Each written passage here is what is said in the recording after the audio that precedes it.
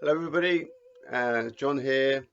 I'm going to make a video about records that I've collected, and I'm going to call this one 60s rock. It is pretty much rock based. There's a few sort of 60s pop brought into here, but you know what I mean. It's all sort of good 60s stuff. Um, and it's sort of a sister video, I guess, to the video that I made just recently about 70s rock. And the records that I collected this year, these are the ones that I collected this year, albums published or released in the 60s. While we're going to do this, I'm going to be listening to this. This is Joan Baez. And a little side note I'm going to say is that I've actually got three Joan Baez albums that I've sort of picked up this year. And it surprises me that her records are everywhere. She obviously sold a lot of records in her time, and I find them always very cheaply. No, and I just wonder, I never see Joan Baez shown on the vinyl community, and I wonder why that is.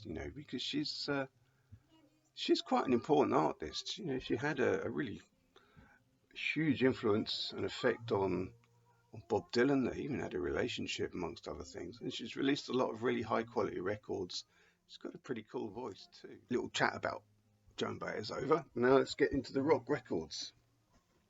So first album I'm going to show is this. This is the first Steppenwolf album. I bought this from Discogs. I felt I should have it really. Anyone that sort of watches my videos knows that I made a big deal out of this new record that's been released this year by Birth. And, I really liked it. And I just have a lot of great things to say about it. And fortunately, a lot of people have discovered that album too and have shown it. And it makes me very happy because it makes you think, well, if they get a lot of appreciation, maybe they'll make another record just as good as that first one. Let's hope they do.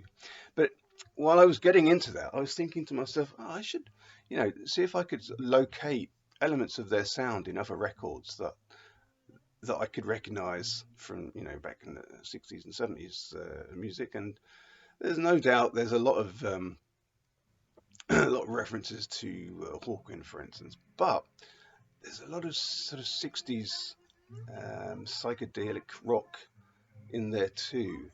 So it drew me back to listening to Steppenwolf. Now, Steppenwolf, I think most of their collection that I have, and I've got not all of their albums, but most of them anyway, the meat and potatoes of it, I picked up in America, in California, about 2013, I guess. I was out there cruising the garage sales, picking up albums by this band, for pennies, really just nothing at all. And obviously they were very big in the whole Haight-Ashbury scene, the whole, Californian flowers in the hair, all this kind of stuff. And yeah, there's definitely parts of their music that you can hear in sort of some of the new stoner rock that's coming out. And yeah, so I started going through, and I realised, although I've got most of their albums, or many of their albums, I didn't have the first one. And of course, this one is the one that was released. I think it was released without the track on it, "Born to Be Wild." But this issue that I've got here has got "Born to Be Wild" on it, and that's, I don't know. I wonder if it's not their undoing, because they're known for being the band that do "Born to Be Wild," which is of course a huge track, a very important, rock track, referenced a lot of times by many, hard and heavy rock bands. And I wonder sometimes if their other music gets sort of put in the shadow of that, which is a shame, because much of their other music is really cool. I will say, getting into this new album by Birth this year, for me, has really unlocked the albums by Steppenwolf for me. It's almost like, I can listen to them with new ears and hear things about them that I just had. I guess I was always frustrated with Steppenwolf because I wanted them to be much more of a hard, heavy rock band, which of course they're not. They're a 60s psych band. Anyway, so that's our album. I got that because just to fill that hole, I suppose, in my collection. It's a great record. I probably should do a video one day about my Steppenwolf collection. Anyway, there you go, Steppenwolf. Next album I'm going to show is a posthumous album released with Jimi Hendrix music. Um, Free Spirit. I can't remember where I got this now. I believe I got this at a car boot sale, and one that I've been going to a lot this summer. I had some amazing finds from there. You'll see a few more of them in this stack here. I had meant to look up before I made this video to see where in the order of things this released, but I do know that it was one of the early posthumous releases of Jimi Hendrix music. Yeah, it's okay. To be honest with you, although I like Jimi Hendrix, I will say that I kind of played him to death a little bit for myself and killed him, which is, I often do go back to him, don't get me wrong. I don't completely ignore him, but I played him so much when I was younger that a little bit over familiar with his music perhaps. But it's good to have. I think I paid about £3 for this. The back has got absolutely atrocious typography there. I mean, honestly, some of these records where I kind of point out the bad typography, I just think to myself, if you're going to make a record, do it properly. It's almost offensive, it's so badly done. Anyway, yeah, Jimi Hendrix.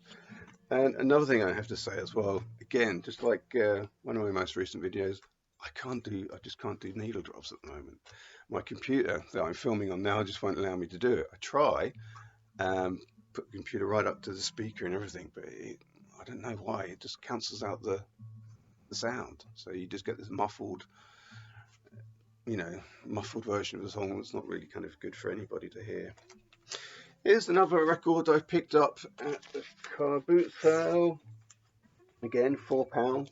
Not bad for a double Janice Joplin compilation anthology. I got a few of her records, not all of them, but I got a few, and it was nice to come across this beautifully made compilation, barely played. There we go, it's just on CBS, upside down.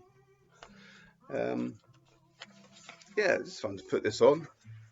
My wife quite enjoyed hearing that as I was playing it.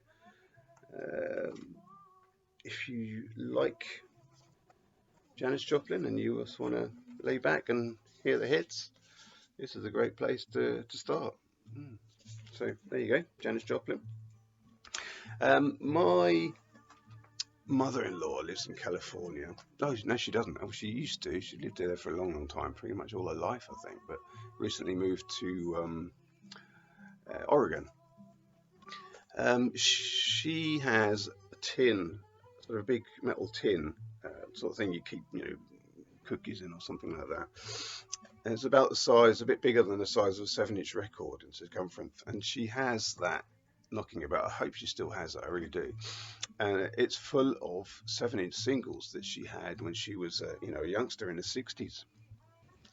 And it's a few times I've been there and I've pulled them out, and I don't know, I used to keep a little turntable at her house just to be able to play records as and when I buy them there in California. I don't know if they've still got it, probably not since they've moved house. But anyway, long story short, it's got a lot of 7-inch singles from that time in the 60s when she was a young lass going out to parties and things. And I learned a lot through going through that. I went through and cleaned them up just to be able to kind of hear them as best as I could. And I learned that kids in the 60s that would take their records, because we take it for granted, music's everywhere now, we can barely escape it, but in the 60s it wasn't the case, and a lot of the pop music wasn't always played on the radio like it is now. So if you went to a record, if you went to a party, you would take your records with you sometimes, particularly ones that you like. So what people used to do is write their names on a label, so that if they went to the party, hand over your record to the guy that's going to play it on the record player, you're going to get it back because you know it's got your name on it, you see. And that's why a lot of records have their names on, especially singles from the 60s. And of course, I learnt that through going through her tin of records. Um, I was struck by the variety, because there's loads of, surf music, Beach Boys and stuff like that in her collection. But there were a lot of singles by the Dave Clark Five. Don't know much about them, but I thought, well, I really got to look into them, see what they do. I come across this at the car boot sale. I paid £1 for this. Really, really cool compilation. So it's like, 25 thumping greatest hits, Dave Clark 5, and it's just in mint condition. Mint condition. It's not old in particular. I think it probably came out sometime in the 90s or something like that. Well, it says this compilation is from 1978, but I'd be surprised if this actual copy was released in 78, because it looks like it come off the printing press yesterday. I imagine it's a later press, but it is actually mint condition. £1 I paid for it, and it's chock full of all the music that I wanted to hear from the Dave Clark Five, and it does inspire me to want to go and look into them a bit more, because they are thumping. So the production on these is really drum heavy. There is sort of a real sort of thumping, beat heavy sound to their sound, basically, that comes through in the singles, especially a lot of the earlier ones. But I mean, it's pretty much present. They're obviously quite conscious of what they were doing. They were making quite hard heavy music for the time. No distorted guitar yet, but they've certainly got that rhythm section down very strong. If I could do a needle drop of this, I probably would, because there's some gold on this record. Really, really cool stuff to listen to. Does inspire me to look out for their earlier records. You never see them, do you? But I might need to see if I can seek them out somewhere. But great stuff. £1. This cost me £1 as well. So Cilla Black. She, if you don't know, is from Liverpool.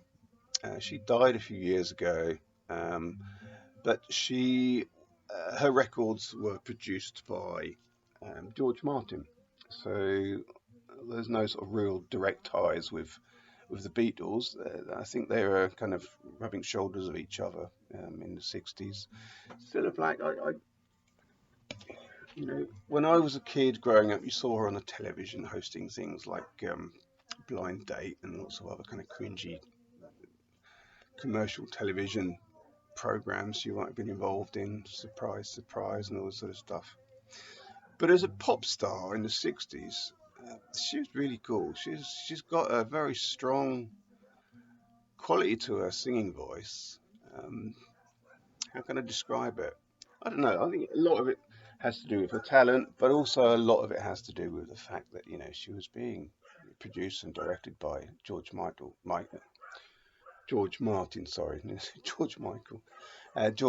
who really did bring out a lot of her strengths. And this is a cool record, and it's on mono. It's so nice when you find these records. I like the fact that it is mono, because they are pretty bulletproof, although this is very, very well preserved for being such an old album. No obvious damage there, and it sounds great.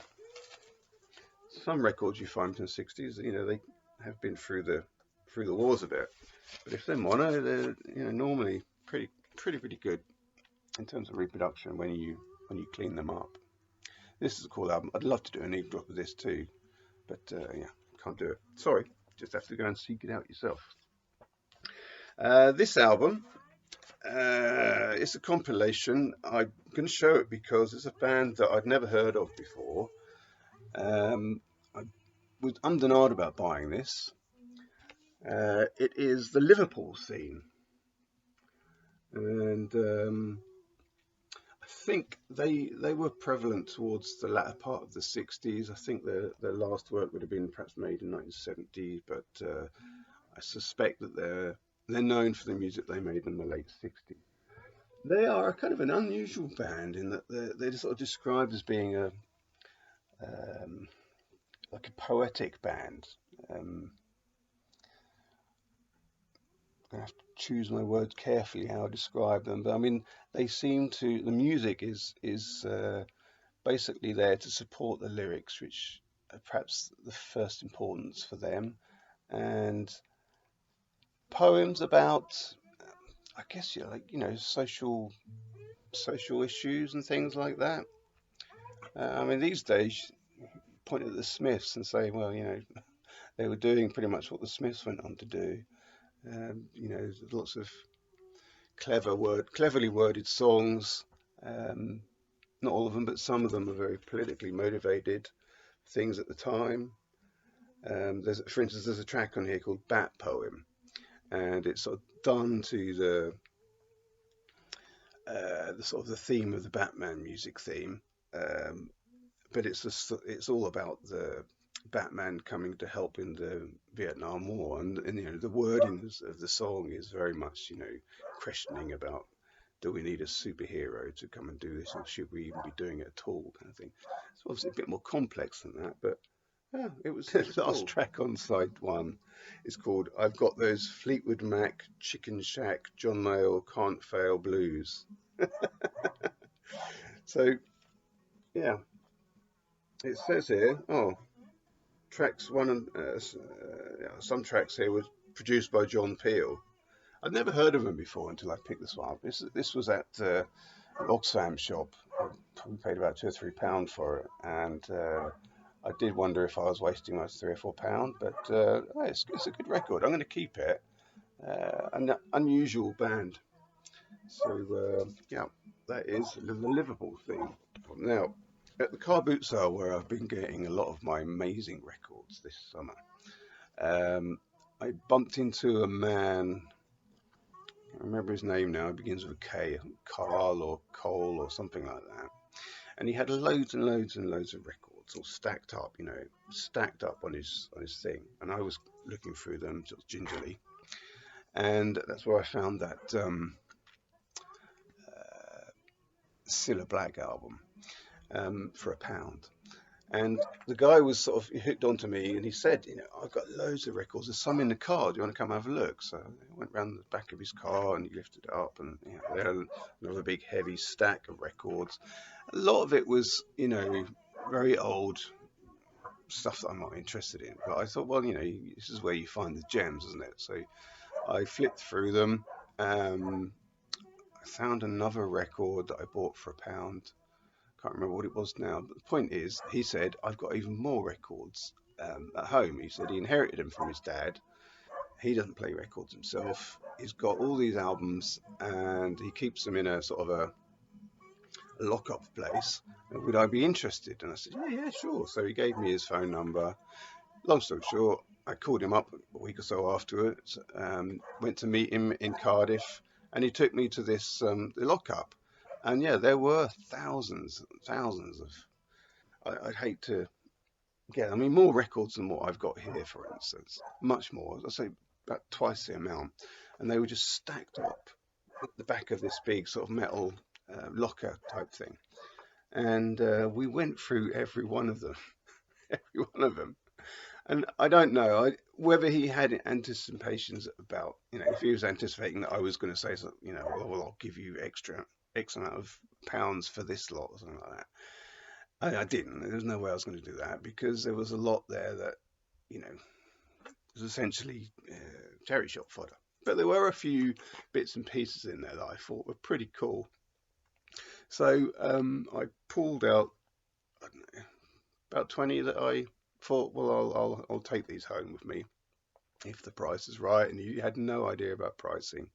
And since he was charging £1 a time at the car boot sale, I thought, well, we'll go with that then, roughly, because none of them were sort of spectacularly preserved or anything like that.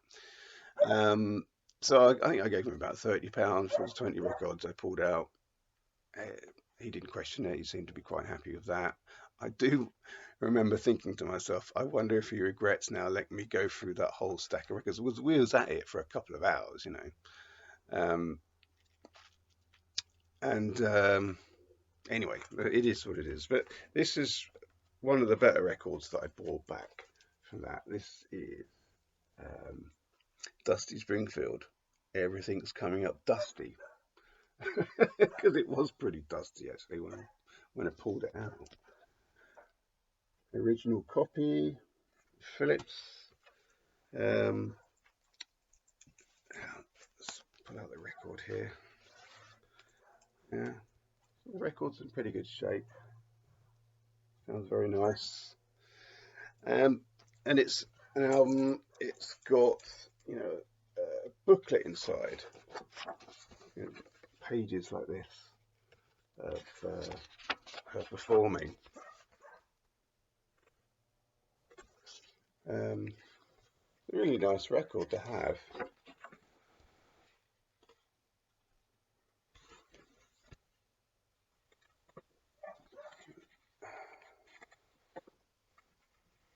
Yeah, it cost me about £1.50 this. Slowly getting a bit of a Dusty Springfield collection going up. So yeah, there you go, Dusty. Everything. I'll move on to the next record here, back into the 60s rock. So this is the first Byrds album. Bought this from the car boot sale. About £3 or £4 I think I paid for this, not more than that, because I wouldn't have even bothered. Glad I did though, because it's a cool album. It's got somebody's name written down there in pen, but aside from that, it's a nice record. Mono, yeah, it's just on CBS.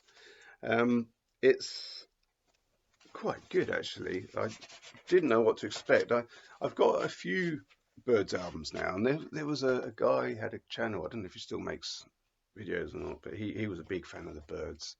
I remember James Griffiths had a bit of communication with him,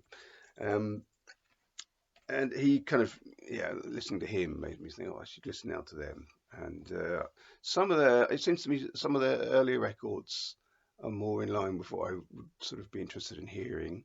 A bit further down the line, they went a bit country, I think, until they perhaps went for their last hurrah. But this is definitely a really good record. I didn't expect to like it as much as I do, but yeah, cool find. Very early pressing, British pressing in mono. Yeah. This is the Hollies. So this is a 1969 repress of a 1965 album, Reflection. I think the original album had a different name. I'll perhaps put a copy of it. Looked. But it's essentially just a reissue of the same album. It's published on Starline, so it's a bit of a budget label, I think, of the day. But I'm happy to have this. It's very good condition. There you go, Regal, Starline. Surprisingly, I don't know if anybody else has this record, if they're familiar with it, but the production is really loud. I mean, it's not sort of loud rock music, but it's very bright, and it's very feels like the levels are turned up very high. It's a kind of record that I probably would avoid listening to under certain circumstances, because it probably would give me a headache, just the loudness of the production. In its defense, I would say though, it's the kind of record when you put it on, you can't. It's not background music. You can't listen to that. It's so loud and bright and in your face that you have to listen to it, I suppose. I wonder if that is its purpose or whether that is just, this particular pressing. Don't know. Anyway, Hollies, cool record. A couple of reissues now. I'm going to show. This is one that I got for Christmas. Finally threw in the towel. I've collected records for a few decades, and I've never seen an original copy of this. I'd love to see an original copy. I'd love to own an original copy of it, but I just don't see them. And I suspect very much that if you were able to get close to one, you're going to have to pay through the nose for it. So I've got myself the latest. What is it? I've got the Hype Stick here. Ogden's Nut Gone Flake, a deluxe 50th anniversary stereo edition. So it comes with a nice little booklet inside, and yeah, there we go. It's been quite good. I've had it on CD for a long time, and I didn't like the CD because a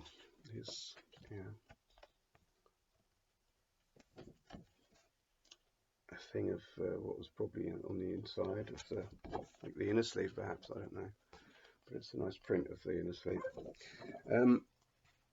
I think, I didn't like the CD because you've got the chap that does the gobbledygook speaking on it, and I didn't like it because that was all kind of tied into the singles. You couldn't sort of not have that and avoid it, like skip over it. It was all entwined into the music, and that bothered me a bit. And I don't really hear it now, but at the time it was just irritating for me. But yeah, this is cool. When I got this, I could download the MP3s. I've just recently been starting to use an MP3 player, which is very new to me, but it's cool when I walk my dogs. So I've been getting into this album quite a lot this year. Great album, classic album. I think because I've had that thing with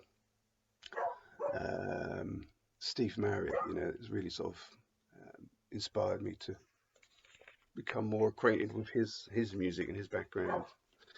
And this is an album that apparently I've read before getting it. It's the Yardbirds. Roger the Engineer, although I think that's just a slang name for it, isn't it? It's actually just called the Yardbirds, I think. It's when it came out, it was sort of thought of as being the first Yardbirds album. I mean, they'd released LPs before, but as I understand it, it was a mixture of singles and live tracks, that sort of stuff. Whereas this is where they actually made a complete album. And it was,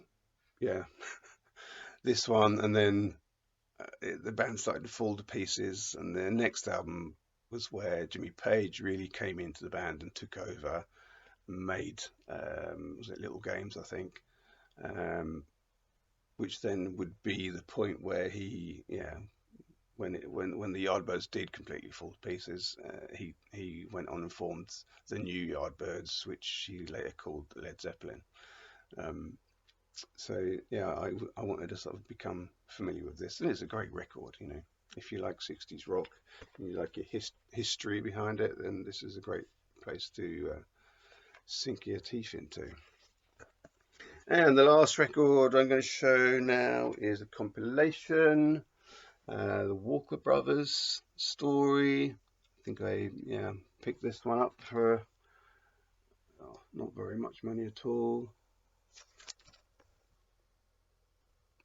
From a charity shop, I believe. Walker Brothers story. And so it's a compilation. Walker Brothers music, on Philips.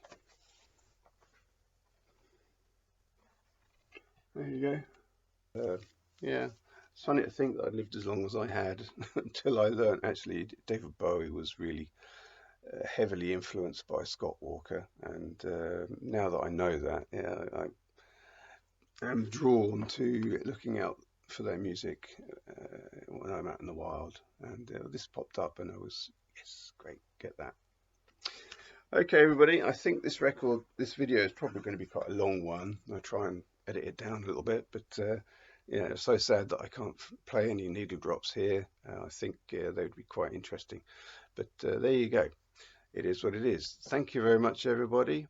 Hope this was mildly interesting for everybody, or at least some people. And I'll say check out my next video. Thanks very much. Bye.